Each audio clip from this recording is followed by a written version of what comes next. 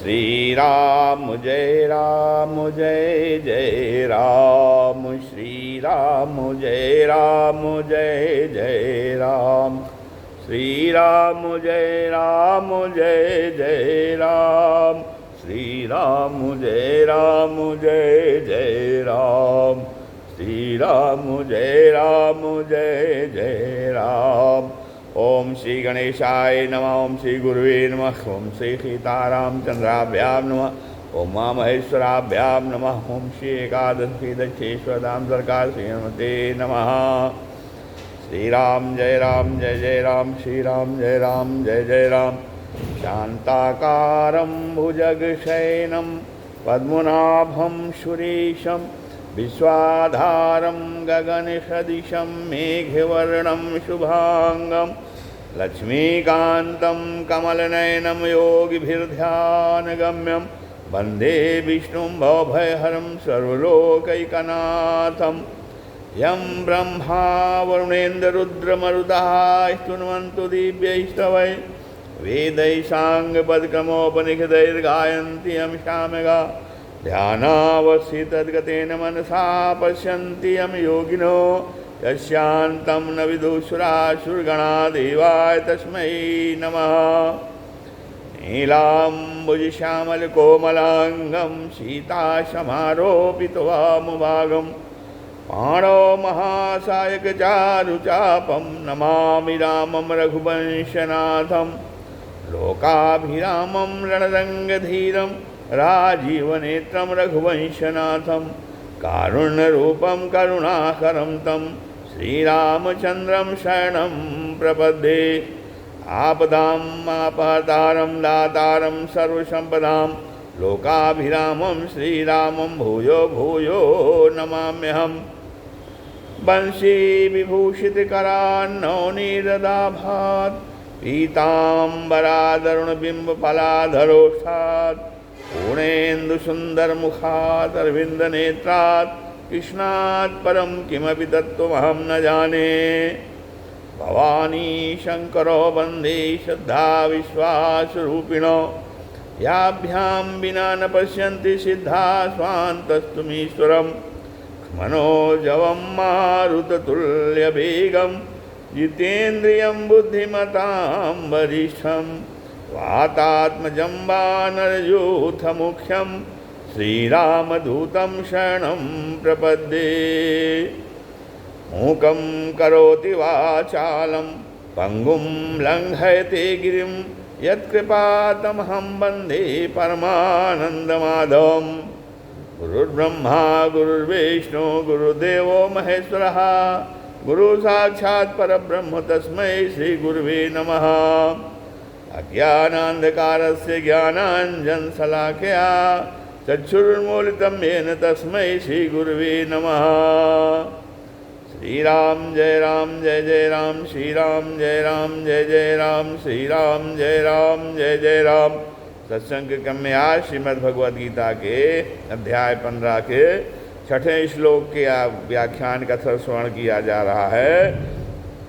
भगवान प्रसंग चल रहा है। भगवान जो है अविनाशी पद को जो भक्त लोग प्राप्त होते हैं, तो वो अविनाशी पद पर कैसा है। जिस अविनाशी पद को भक्त लोग प्राप्त होते हैं, तो उस अविनाशी पद को बता रहे हैं कि वह अविनाशी पद कैसा है।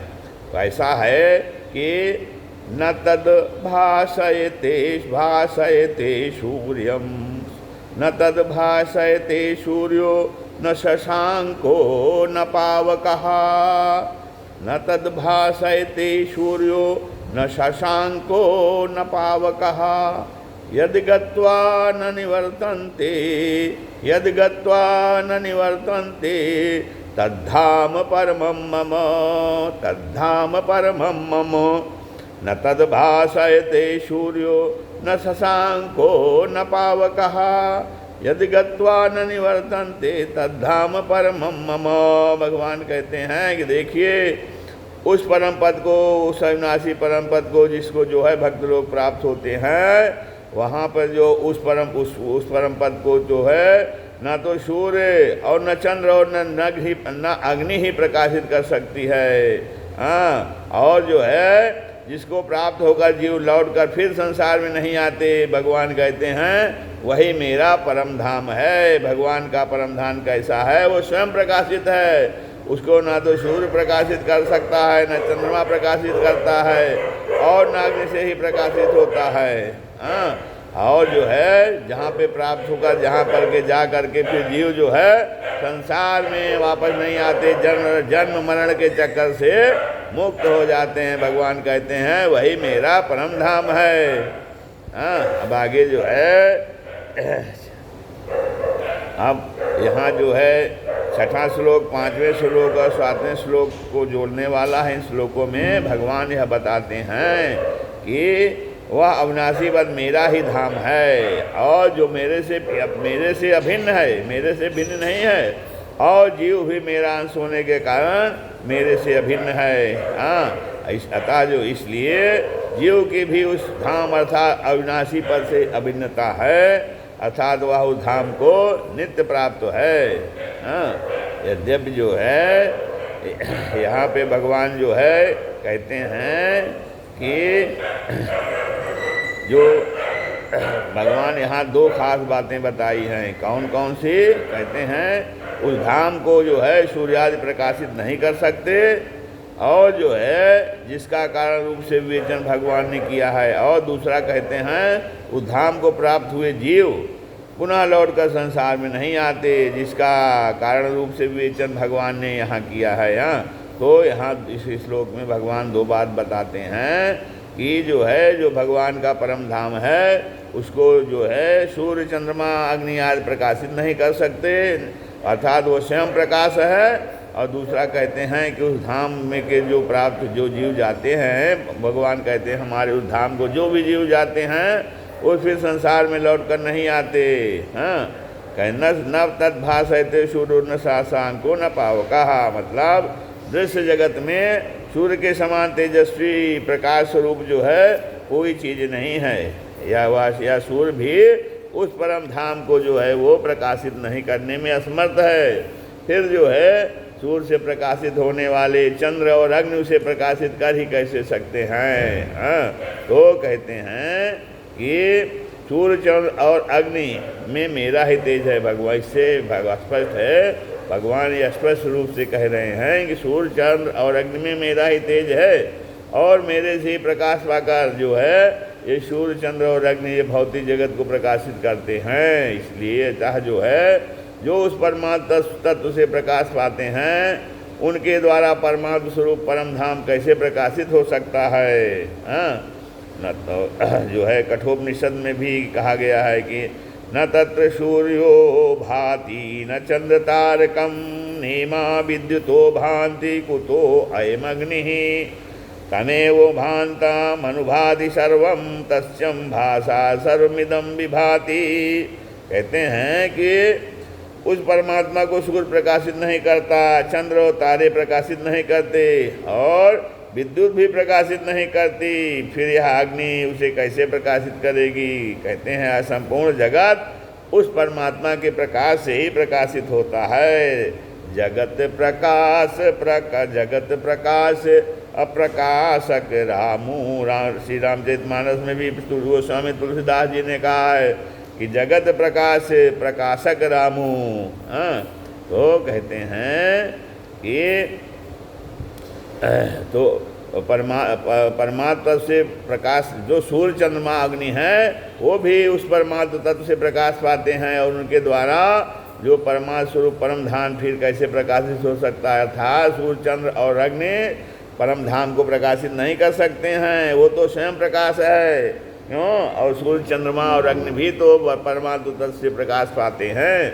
अब इसका तात्पर्य है कि परमात्मा तत्व चेतन है, और सूर्य चंद्र तथा अग्नि जड़ माने प्राकृत हैं। सूर्य चंद्र और अग्नि ये प्राकृत हैं। ये सूर्य चंद्र और अग्नि क्रमशः सूर्य जो है नेत्र का, चंद्रमा मन का, और अग्नि जो है वाणी को प्रकाशित करते हैं। ये तीनों नेत्र मन और वाणी भी जड़ ही हैं, इसलिए नेत्रों से उस परमात्मा तत्व को देखा नहीं जा सकता, मन से उसका चिंतन नहीं किया जा सकता, और वाणी से उसका वर्णन नहीं किया जा सकता, क्योंकि जड़ तत्व से चेतन परमात्मा तत्व की अनुभूति नहीं हो सकती है।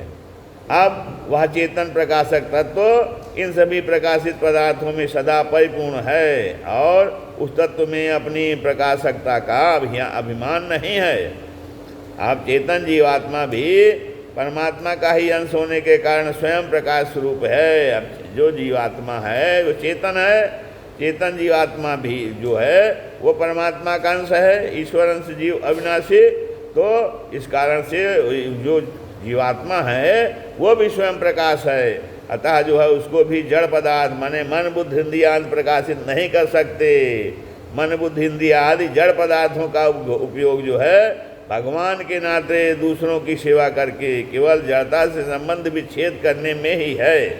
हाँ, तो ये जो मन बुद्धि और इंद्रिया आदि जो जड़ पदार्थ हैं, इन जड़ पदार्थों का सही उपयोग क्या है? इनका उपयोग भगवान के नाते दूसरों की सेवा करके इनका उपयोग जो है, क्योंकि भगवान सभी में भगवान है चराचर में, इसलिए सभी की सेवा करके ही इनका उपयोग किया जा सकता है और उसके उपयोग से जो जड़ता से अर्थात संसार से संबंध विच्छेद हो जाता है किया जा सकता है।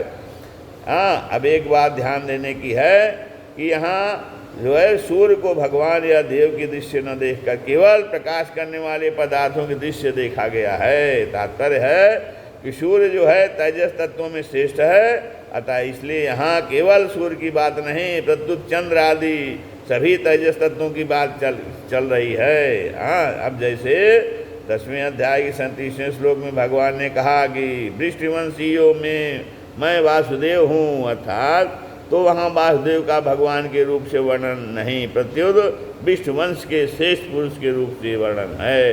कहते हैं यद गत्वा न निवर्तन्ते तद धाम परमम मम, कहते हैं जीव परमात्मा का अंश है और वह जब तक अपने अंशी परमात्मा को प्राप्त नहीं कर लेता तब तक उसका आवागमन नहीं मिट सकता। हाँ, जैसे नदियों के जल को अपने अंशी समुद्र से मिलने पर ही स्थिरता मिलती है, ऐसे ही जीव को अपने अंशी परमात्मा से मिलने पर ही वास्तविक स्थायी शांति मिलती है। अब वास्तव में जीव जो है परमात्मा से अभिन्न ही है, पर संसार के अर्थात माने हुए संग के कारण उसको ऊंच नीच योनियों में जाना पड़ता है। अब यहाँ परम धाम शब्द जो है परमात्मा का धाम और परमात्मा मतलब दो का ही वाचक है।